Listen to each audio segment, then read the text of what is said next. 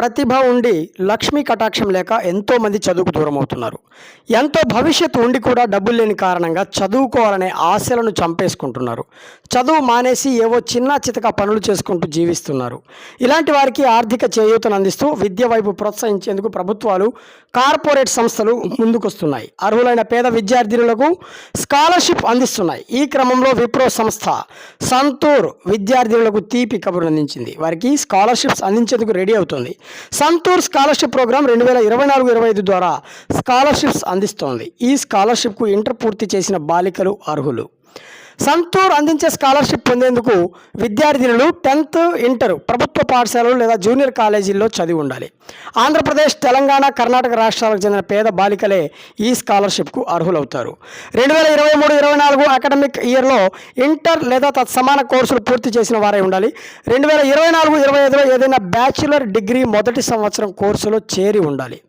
ఎంపికైన వారికి 3 సంవత్సరాలు లేదా కోర్సు ఎన్ని సంవత్సరాలు అయితే ఉంటుందో అన్ని సంవత్సరాల వరకు కోర్సు పూర్తయినంత వరకు ప్రతి నెల 2,000 రూపాయలు చొప్పున అంటే సంవత్సరానికి 24,000 స్కాలర్షిప్ అందిస్తారు. అప్లికేషన్ ఫామ్ను సంతూర్ అధికారిక వెబ్సైట్ నుంచి డౌన్లోడ్ చేసుకొని ప్రింట్ తీసుకొని పూర్తి వివరాలను ఫిల్ చేసి పోస్ట్ ద్వారా Wipro cares Santoor scholarship, Doddakannelli, Sarjapur road, Bengaluru, Karnataka అనే అడ్రస్కు పంపించాల్సి ఉంటుంది. దరఖాస్తు ఫీజు చెల్లించాల్సిన అవసరం లేదు. అర్హత, ఆసక్తి కలిగిన వారు సెప్టెంబర్ 20 వరకు అప్లై చేసుకోవచ్చు. ఆర్థికంగా వెనుకబడిన కుటుంబాలకు చెందిన విద్యార్థులను చదువు వైపు ప్రోత్సహించేందుకు ఈ స్కాలర్షిప్ అందిస్తున్నట్లు విప్రో తెలిపింది. పూర్తి సమాచారం కోసం ఈ వీడియో కింద డిస్క్రిప్షన్లో లింక్ ఇవ్వడం జరిగింది. ఆ లింక్ మీద క్లిక్ చేసి మీరు అప్లికేషన్ని డౌన్లోడ్ చేసుకొని ఫిల్ చేసి అడ్రస్కి అప్లికేషన్ పంపించవచ్చు. అలాగే ఇలాంటి ఇన్ఫర్మేషన్ని మీరు తెలుసుకోవడానికి మా ఛానల్ని సబ్స్క్రైబ్ చేయండి. Thank you.